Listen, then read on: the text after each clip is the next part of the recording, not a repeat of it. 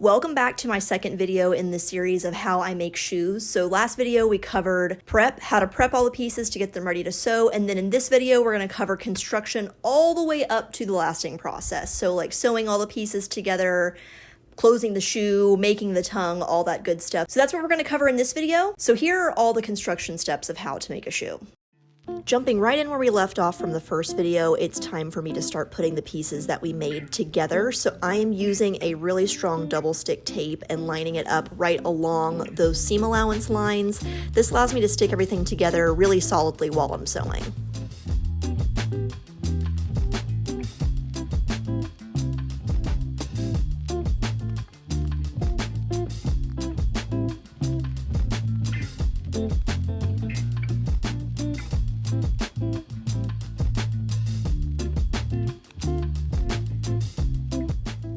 Because so many pieces are going to be layered on top of each other as we go through this, I do have to stitch as I go, and I am using what's called a post bed machine. So this is different from a flat bed machine in that it has a big post that comes up from the bed of the machine, and that is where your bobbin is stored. This is really, really nice for a 3D object, which is what a shoe eventually turns into. Something else to notice about this machine is that it does not have markings for a seam allowance. Essentially what you're trying to do with this is that you want to line up the needle as closely as possible with the edge of the leather. So I don't have to worry about doing a certain size seam allowance, I'm just using the actual edge of the piece as my guide.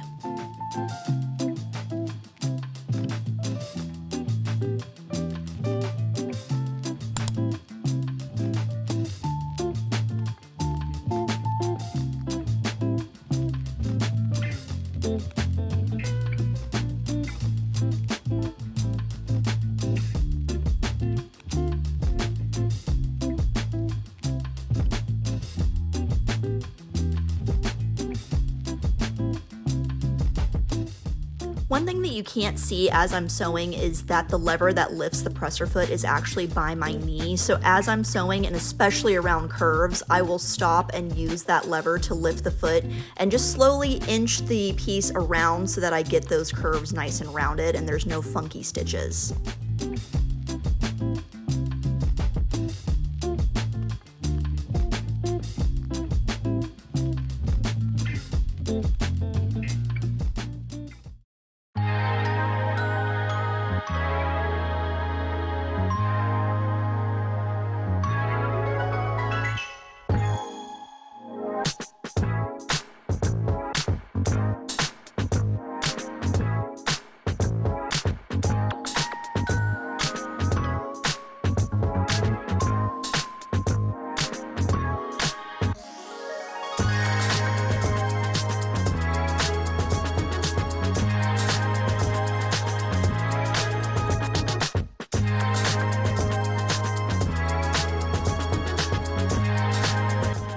There are also several seams that need to be double stitched. This is traditionally done with a double needle machine, but I do not have one of those, so I'm going to sew one line of stitching along the edge of the piece and then do another line of stitching right along the side of that one. It gives you a nice clean look, very similar to how you would get from a double needle machine, with a little bit more of an accessible machine for home use.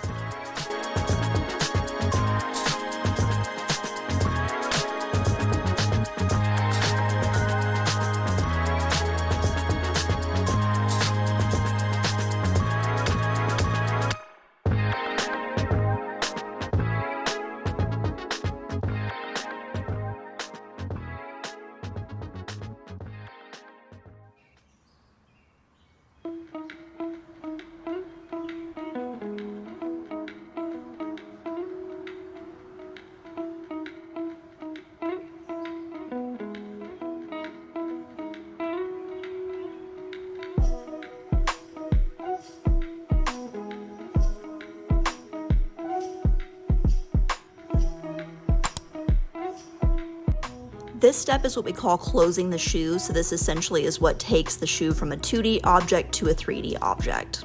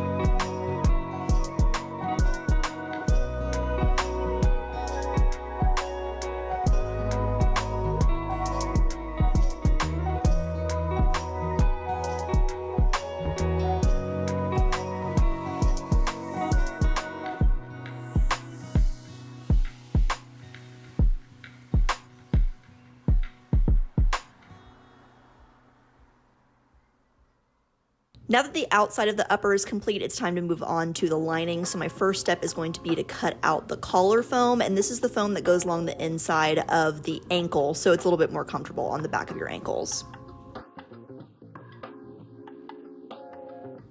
Once the foam is cut, I can then glue it to the inside of the lining piece. And because this is an open cell foam, I use just a very, very basic like Elmer's spray adhesive. You really just want to hold it onto the lining without collapsing the foam cells. You'd want to avoid things like contact cement or barge or anything that's more intense, as that will just make the foam crumple in on itself and stay that way. After gluing on the foam, I then stitched the toe piece to the back piece. The lining's very, very simple. It's just 2 pieces. So once I have that stitched together, I then use a mallet to smash down those seams and make them as flat as possible.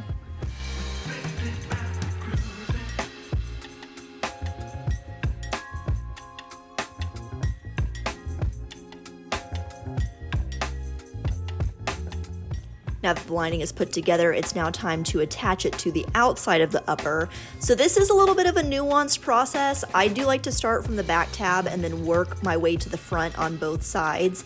Sometimes you do have to stretch the leather a little bit to get it to fit just right, but just keep kind of working it. The lucky thing with leather is that it is a very pliable material, so just take your time with this and try to get it as aligned as you possibly can, but then you can also make adjustments once you're sewing.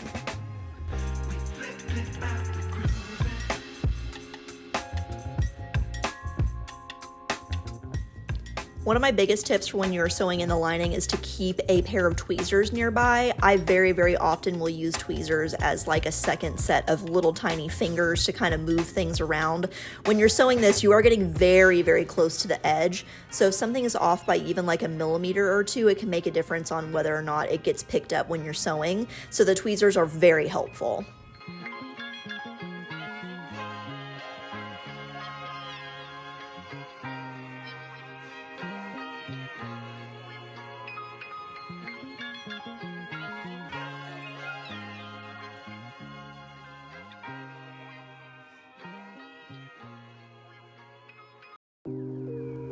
Now that we've completed all of our stitching, it's now time for gluing. So first and foremost, I have to cut out what we call a heel counter. So this is a really thick plastic that gets glued into the back of the heel to give it structure so that when you take the shoe on and off, the back doesn't collapse.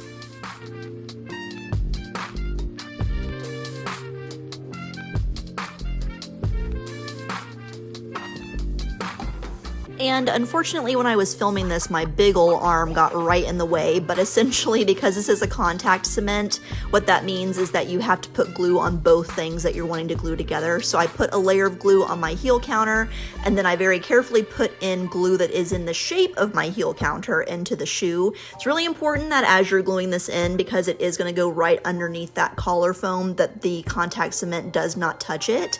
So put that on, wait a couple minutes, and then I'm ready to attach them together. Once the heel counter is glued in, then you have to also glue the interior of the shoe, basically all the way up to the point where the toe starts. So I like to go in sections. Honestly, you can make this as small of sections as you want. You just want to make sure that you're stretching out the shoe to make it actually shoe shaped so that it's not kind of funky when you go to last it. So this is a part that you do have to take special care to make sure that the shoe is aligned properly.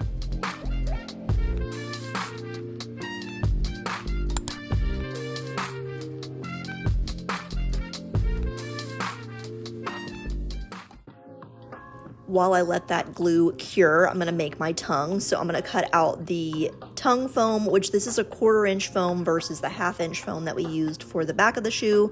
Again, using that same simple Elmer's spray adhesive to attach it to the lining piece of the tongue. And then we're going to sew the lining piece to the upper piece.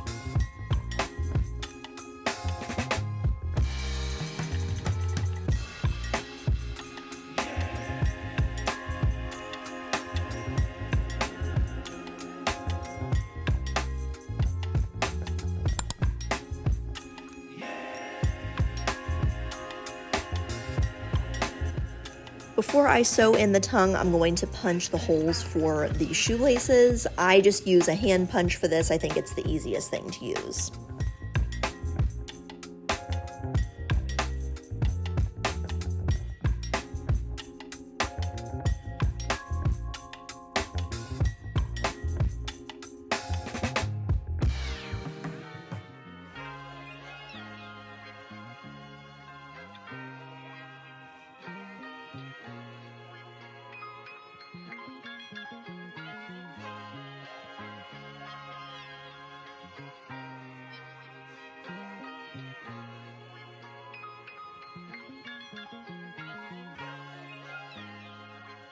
To attach the tongue, I am sewing one long stitch along the bottom of that gold decorative piece, and this is going to kind of lock the outside of the upper, the lining, and the tongue all together.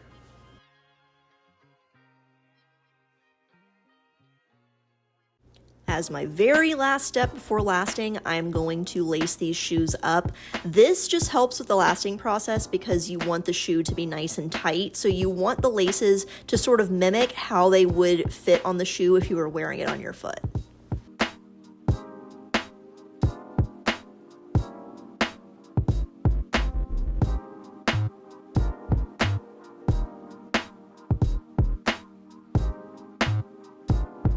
Alright, so that is how you actually construct the shoe itself. It is a very involved process, and like I said on the last video, I use a very nice industrial machine for all of my sewing, but let's say if you were just starting out and you wanted to make your first pair of shoes, you do not even have to have a sewing machine at all. So you could hand stitch this, you could do it completely by hand. I've gone to shoemaking classes with people who only hand stitch their shoes.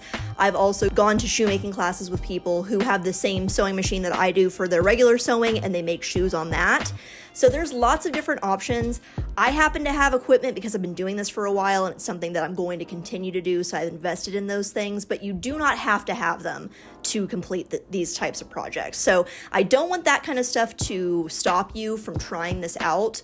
Where there is a will, there is always a way. So keep that in mind. So that was all things construction in this video. Next time we're going to talk about lasting and then finishing touches, putting on the soles. So next time we're going to actually finish this process. If you have any questions about anything that was covered in this video, questions about like the shoemaking classes I've gone to, anything like that, happy to answer those. So just let me know in the comments, and I will see y'all on the next one. Bye.